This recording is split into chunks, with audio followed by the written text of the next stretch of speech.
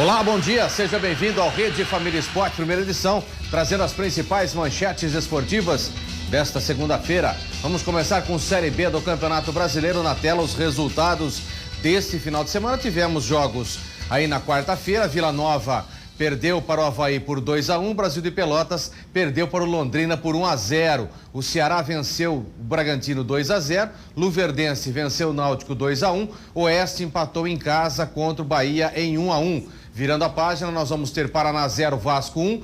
Enfim, o Vasco voltou a vencer dentro do Campeonato Brasileiro da Série B. Paysandu empatou em casa em 1-1 contra o Goiás. O Tupi, mesmo resultado contra o Sampaio Correia. O Criciúma perdeu em casa para o Atlético Goianiense, líder, mais líder do que nunca, por 2-1. E o CRB, lá em Alagoas, venceu o Joinville por 2-1. Após 32 rodadas, o Campeonato Brasileiro da Série B tem a seguinte classificação. O Atlético Goianiense continua 4 pontos à frente do Vasco, com 61 pontos. Seguido do Vasco da Gama com 57. O Avaí é 54. Londrina é quarto com 52. O Náutico na beirada da posição aí com 51 pontos, querendo essa classificação. O Londrina acabou vencendo e por isso se manteve na quarta colocação. O Bahia muito próximo também da classificação, na sexta colocação com 50. O CRB é sétimo com 49. Ceará oitavo com 47. Criciúma é nono com 46, ao lado da Luverdense também 46 pontos.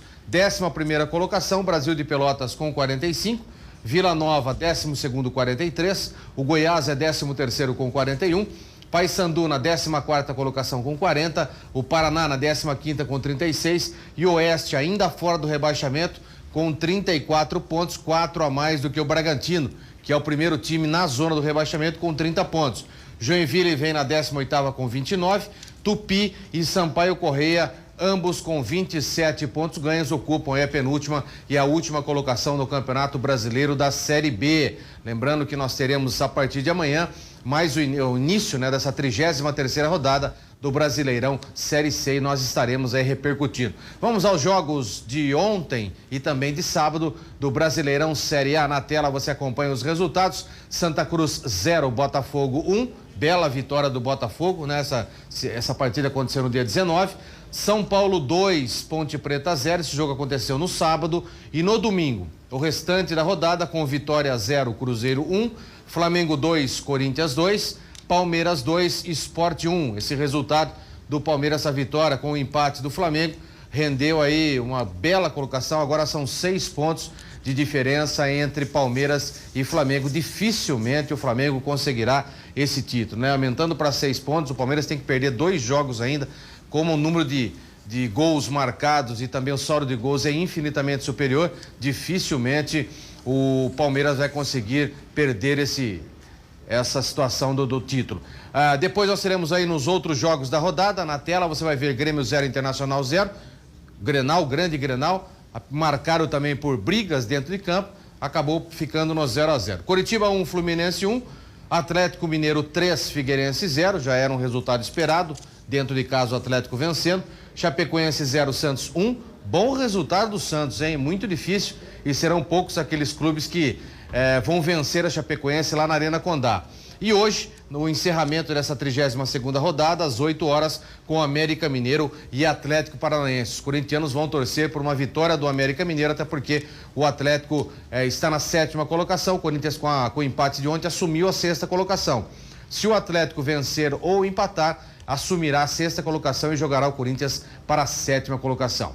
Vamos a um rápido intervalo. Logo após as mensagens comerciais estaremos de volta falando tudo sobre Campeonato Brasileiro, sobre a vitória do Palmeiras, o empate do Corinthians com o Flamengo e também os outros gols do Brasileirão.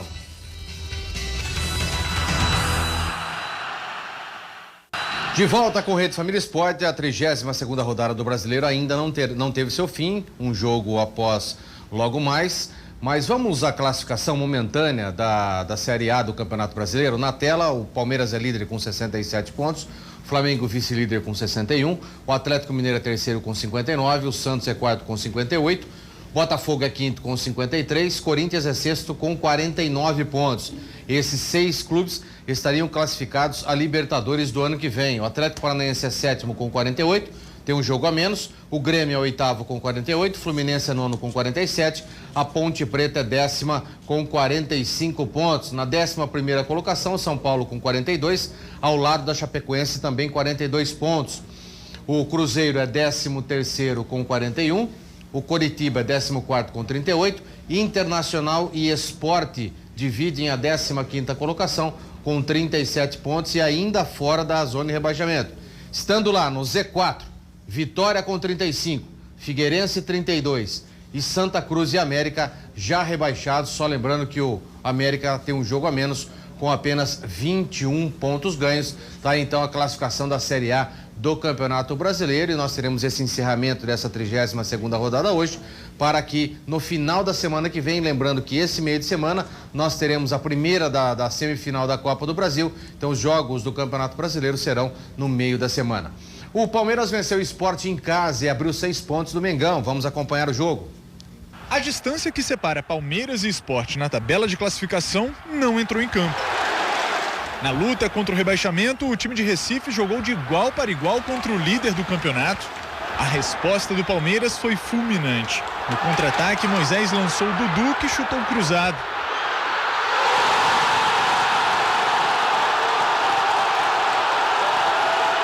O Sport continuou pressionando. Depois de acertar o travessão, a bola sobrou livre para Rogério empatar.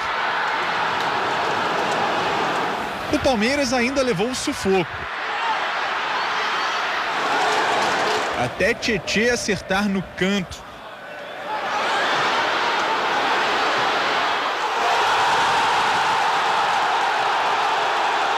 2-1, graças às defesas do goleiro Jailson.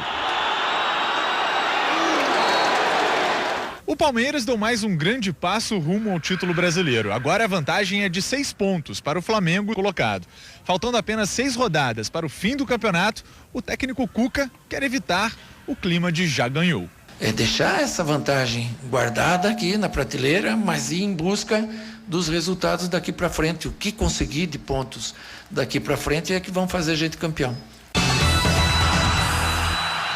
Também com polêmica, lógico que nós não mostramos aí na matéria, feita pelo repórter em São Paulo, nós tivemos polêmica também. Antes da feitura do gol do Palmeiras, teve um lance de penalidade máxima, mas incrível, que o árbitro não marcou. O zagueiro do Palmeiras ergueu o braço para subir no cabeceio e houve o cabeceio do jogador do Sport e essa bola pegou no braço do jogador com o braço estendido acima da cabeça. É pênalti e não tem como não marcar um pênalti como esse. Então, uma vez, a arbitragem foi essencial nesta. Se o Sport tivesse feito 1-0 naquele momento, seria um resultado totalmente diferente, porque o Sport jogou muito bem e se não fosse o Jailson, né, o Palmeiras teria colhido uma derrota. Então está nas mãos do Jailson. Mas que houve realmente um lance irregular, um lance de pênalti para o Sport não marcado, escandaloso, e isso acabou acontecendo. Mas o Palmeiras acabou fazendo o seu, acabou fazendo dois gols, vencendo por 2-1 e abrindo essa vantagem agora de 6 pontos para a equipe do Flamengo. Por falar em Flamengo, na reabertura do Maracanã, mais de 60 mil torcedores acompanharam o empate entre o Mengão e o Timão. O lado negativo do clássico foi a briga entre torcedores e a Polícia Militar. Acompanhe. Antes da bola rolar, os corintianos quebraram a grade que divide as torcidas e tentaram invadir a área destinada aos flamenguistas. Houve confronto com a PM. Os policiais precisaram usar spray de pimenta e a segurança teve que ser reforçada. A partida também começou quente. Logo aos 5 minutos, Guilherme chutou de fora da área no cantinho e abriu o placar, 1-0 Timão. Aos 14 minutos, Guerreiro, em posição irregular, aproveitou o cruzamento de Diego e empatou. No final da primeira etapa, o Corinthians ainda fez mais um. Romero cruzou da direita, Guilherme fez o corta-luz e Rodriguinho completou para o gol. Precisando da vitória, o Flamengo voltou com tudo no segundo tempo. Aos 13 minutos, Diego cobrou o escanteio. Depois do bate e rebate, a bola sobrou limpa para Guerreiro dar números finais ao jogo. Final, Flamengo 2, Corinthians também 2. O resultado igual teve peso diferente para as duas equipes. Com esse 1 pontinho conquistado aqui, o Corinthians ficou mais perto de uma das vagas da Libertadores da América. Já o Flamengo, mais distante do tão sonhado título do Campeonato Brasileiro. Ficou um pouco mais difícil, né, alcançar o Palmeiras, que venceu. Mas a gente tem por obrigação, depois dessa festa maravilhosa que a torcida fez, de lutar até o final.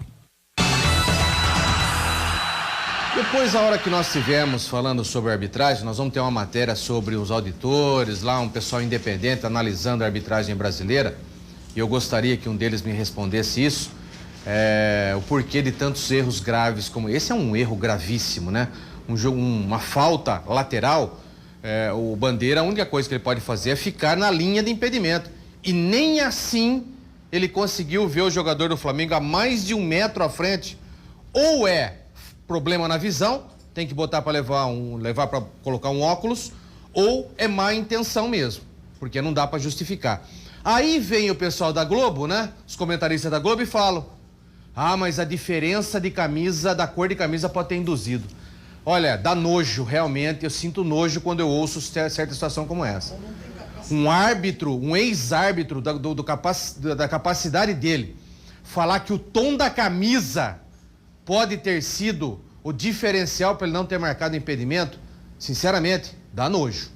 Dá nojo do futebol, e cada vez que passa a gente fica mais preocupado com o caminho que o futebol está tomando devido a erros grotescos e absurdos como esse. Não é porque é o Corinthians, como qualquer um também. Contra o Palmeiras também teve um pênalti absurdo do cara levantando, o zagueiro levantando a mão em cima para cabecear a bola pegou nas mãos dele e nem sequer não fez nada. Quer dizer, ou é má intenção, ou são realmente mais extremamente ruins que deveriam voltar para a escolinha de arbitragem. Porque é demais os erros. Você gasta aí 20, 30 milhões no ano para montar um time, para depois vir um árbitro como esse e estragar isso em 2 ou 3 jogos. Aonde você arrumar depois os 20, 30 milhões para você corrigir esse erro de investimento depois? Por causa de erro de arbitragem, erros intencionais. Que isso, que absurdo. Não precisa de situações como essa. O futebol brasileiro é muito bom para ter erros, estão manchando, sinceramente, assistentes como esse, árbitros como esse, estão manchando esta categoria que está tão sofrida hoje no Brasil, que é árbitro de futebol. Estão manchando, estão sendo manchados por arbitragens como essa e como as outras, que infelizmente não vem agradando a ninguém, a torcedores, a jogadores, a comissão técnica, a diretoria de arbitragem. Por que não pune? Por que só o jogador é para ser punido? Porque quando fala alguma coisa, o STJD vai e pune. Porque o STJD não vê uma imagem dessa e fala: a partir de hoje esse árbitro vai para a escolinha de arbitragem, porque um erro como esse, 1,5 metro à frente, é muita coisa. É muita coisa. Então não serve para ser bandeira. Não serve para ser auxiliar. Infelizmente, são situações como essa que nós temos que viver dentro do futebol brasileiro, que a cada dia que passa está perdendo credibilidade, não só aqui dentro, não só aqui no nosso país, mas também lá fora. Pela 32ª rodada do Brasileirão, destaque para as vitórias de Cruzeiro e Atlético Mineiro. Veja os gols. No estádio Independência, em Belo Horizonte, Otero marcou este golaço de falta para o Atlético Mineiro contra o Figueirense. Júnior Urso fez o segundo do Galo. Fred dominou a bola e também deixou dele. 3-0. Se não saiu gol no jogo entre Grêmio e Internacional, sobrou confusão na Arena Gremista. Depois desta falta em Valdívia, começou o tumulto. No meio da briga, Edilson do Grêmio agrediu Rodrigo Dourado. Edilson foi expulso e o árbitro também deu cartão vermelho para Dourado. No Couto Pereira, Gum contou com a falha do goleiro Wilson e fez o gol do Fluminense. Nesta boa jogada, o Coritiba empatou. Gol de Leandro, 1-1. Depois do escanteio, o argentino Ariel Cabral marcou o gol do Cruzeiro contra o Vitória no Barradão, em Salvador. Com mais 3 pontos, o time mineiro se afastou da zona do rebaixamento. O Grenal, nós imaginávamos já que pudesse ter tido problemas como esse, né? O Grenal é um dos confrontos de maior rivalidade do futebol brasileiro. Então era normal que pudesse acontecer. O Internacional em situação muito complicada dentro da competição, ainda com perigo de rebaixamento. O Grêmio querendo ali a posição entre os 6 melhores da competição. Então os dois eram importantes a vitória. E acabou dando empate sem gols. E acabou aí tendo um entrever entre eles, coisas que só Grenal pode explicar. Vamos aos resultados da Série C do Campeonato Brasileiro e logo em seguida a gente vai ver os gols do Guarani ontem. Nossa, que maravilha o Guarani fez ontem. Vamos então, Boa Esporte 2-1 no Juventude. O primeiro jogo foi 2-1 também para o Boa Esporte. Então o Boa Esporte é o primeiro finalista dessa competição. E ontem às 9 da noite nós tivemos algo que parecia impossível, né? Guarani 6, ABC 0. O Guarani precisava reverter uma situação de 4-0 e acabou vencendo por 6-0. Vamos ver os gols de ontem que marcou essa vitória do Guarani? Põe na tela então, a gente vai comentando para vocês os gols. Tá aí o primeiro gol no levantamento do setor esquerdo. Fumagalli acabou levantando e Leandro Amaro de cabeça fez 1-0 para o Guarani aos 8 minutos da primeira etapa. Aí uma cobrança de falta do Fumagalli aos 25, 2-0 Guarani. Arrancada rápida pelo setor esquerdo, a bola sobrou para o Fumagalli que bateu da entrada da área 32, 3 minutos do segundo tempo, 3-0. Quarto gol veio também com o Fumagalli, 3 gols do Fumagalli nesta competição, fazendo o quarto gol, o Guarani praticamente classificado. Aí veio o gol da classificação, Alex Santana, 31, um golaço de fora da área. E o último, aos 34 do segundo tempo, Pipico acabou fazendo aí o 6º gol do Guarani. Guarani 6, ABC 0. Ninguém. Por mais que nós... Olha que o Arthur é o nosso comentarista, é um dos bugrinos, né, de maior intensidade que eu conheço, dentro da crônica esportiva lá de Campinas. E na última semana o próprio Arthur falava, né, do seu pessimismo com relação a tirar uma diferença de 4 gols sofrida pelo Guarani lá em Natal. E aí ontem, né, acabou fazendo um belíssimo jogo. Se o jogo anterior já tinha sido bom, esse foi o melhor jogo do Guarani no ano inteiro. Uma equipe que partiu para cima desde o primeiro minuto da competição. Um jogo extremamente importante. Parabéns ao Marcelo Chamusca, né? Que é o treinador da equipe do Guarani. Soube motivar os jogadores, não deixou em nenhum momento o desânimo do 4-0 bater sobre os jogadores, e essa vitória demonstrou que a melhor equipe do Campeonato Brasileiro da Série C acabou vencendo e indo para a final merecida. Boa e Guarani se enfrentam agora nessa decisão do Campeonato Brasileiro da Série C. As duas equipes já estão na Série B, mas um título seria maravilhoso. De volta com Rede Família Esporte, a Comissão Independente de Avaliação da CBF explicou os critérios para avaliação da arbitragem nos campeonatos das séries A e B do Brasileirão. Acompanhe. Desde o início da rodada 20 até agora foram analisados 200 jogos. Cada jogo tem 2 relatórios, um do assessor de campo e um outro do assessor que vê o jogo pela TV. Portanto, temos 400 relatórios e é da análise desses 400 relatórios que nós elaboramos, portanto, dos 20 jogos por rodada, elaboramos um ranking respectivo à Série A, um outro ranking à Série B. Essas notas depois são colocadas num mapa global que no final da temporada darão os melhores árbitros das competições brasileiras das séries A e B.